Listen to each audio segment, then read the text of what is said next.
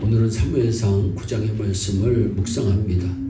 사무엘상 9장을 보면 사울의 아버지가 암나귀를 잃어버려서 아들 사울에게 암나귀를 찾아오라고 하자 사울은 사왕과 함께 암나귀를 찾아 나섭니다. 그런데 아무리 돌아다녀도 찾을 길이 막막합니다.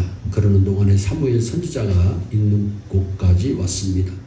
아버지께서 걱정하실까봐 사울은 집으로 돌아가려고 하는데 사완이 말하기를 기양에 하나님의 사람 사무엘 선지자가 계신 곳까지 왔으니 그냥 갈 것이 아니라 선지자에게 가서 도움을 청하자고 말합니다.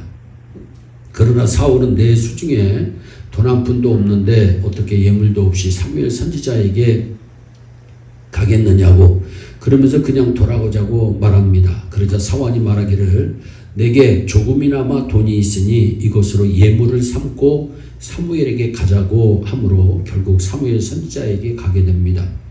두 사람이 이렇게 하고 있을 즈음에 하나님께서 그 전날에 이미 사무엘 선지자에게 나타나셔서 너는 사울이 오거든 그에게 기름을 부어 왕으로 세우라고 말씀하십니다. 사무엘은 사울을 만나 하나님께서 말씀하신 대로 그에게 기름을 부어 왕으로 세웁니다. 사울은 암나귀를 찾으러 사무엘 선지자를 만났다가 졸지에 왕이 되어 돌아간 사람입니다. 참으로 하나님의 인도하심은 신기하고 놀랍습니다.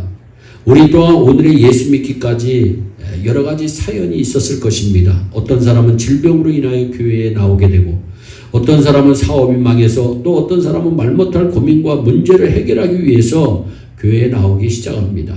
처음에는 무엇을 찾으려고 왔습니다. 문제를 해결하려고 왔습니다. 혹시 무슨 도움이 될까 싶어서 왔습니다. 그런데 베드로전서 2장 9절의 말씀과 같이 하나님의 자녀가 되고 제사장이 되고 왕이 되어 돌아가게 된 줄로 믿으시기 바랍니다.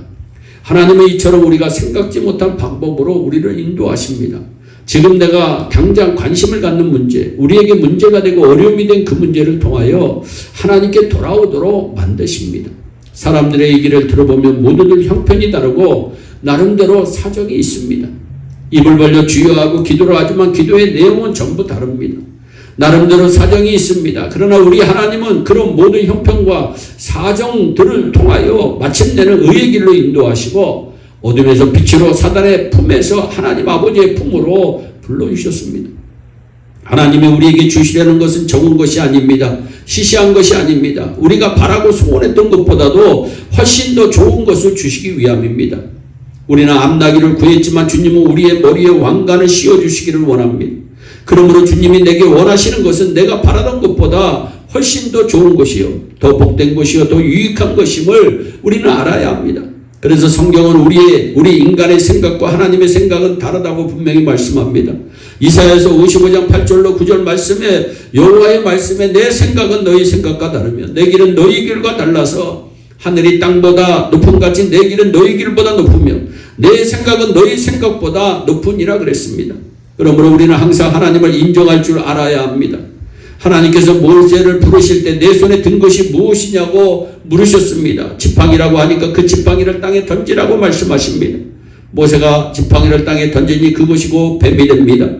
모세가 깜짝 놀라서 뒤로 물러서는데 하나님은 그 뱀의 꼬리를 잡으라고 출애굽기 4장 4절에서 말씀합니다.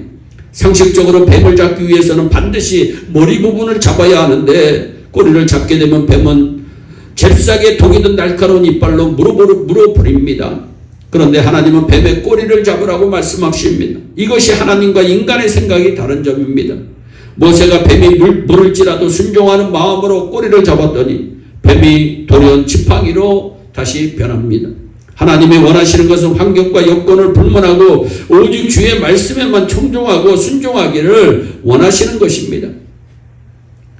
또한 내 손을 품속에 넣었다가 빼봐라 합니다.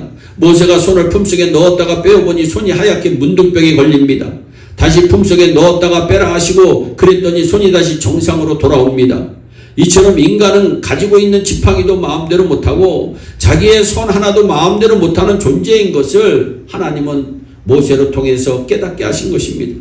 그때 모세의 나이가 자그마치 80입니다. 하나님은 젊은 사람이나 지혜로운 사람보다는 나이가 많더라도 순종하는 사람을 원하신 것입니다. 나는 젊습니다. 나는 뭐든지 할 수 있습니다 하는 사람보다 하나님이 진정 원하시는 사람은 순종하는 사람을 원하신다고 하는 사실을 우리는 기억해야 합니다. 성경을 보세요. 사로바 가브를 보세요. 흉년 중에 모든 사람들이 굶어 죽어가고 있습니다. 그런데 남편이 없는 집이니 오직 그 집안 형편이 그렇겠습니까? 이제 아들과 함께 마지막 한 끼만 먹으면 음식이 떨어질 판입니다. 그래서 이 밀가루와 기름으로 마지막 음식을 만들어 먹고 죽어야겠다 생각하는데 하나님의 사람이 나타나더니 그것조차 내놓으라고 말씀합니다. 그래서 그래 어차피 한 끼 먹고 죽으나 그냥 죽으나 마찬가지이니 하나님의 종이나 대접하자 그런 마음으로 순종했더니 큰 복을 받게 되어 밀가루통에 밀가루가 끊이지 아니하고 기름병에 기름이 마르지 아니하였다고 성경은 분명히 말씀합니다. 오늘 우리도 그 어떠한 것보다도 하나님의 말씀대로 사는 것이 가장 가치 있고 가장 소중한 것임을 깨달아 주의 말씀대로 살아가는 성도가 반드시 되어야 할 것입니다. 그것이 나를 살리는 길이요 내 자리를 지키는 길이요 내가 축복받는 길인 줄로 믿으시기를 바랍니다.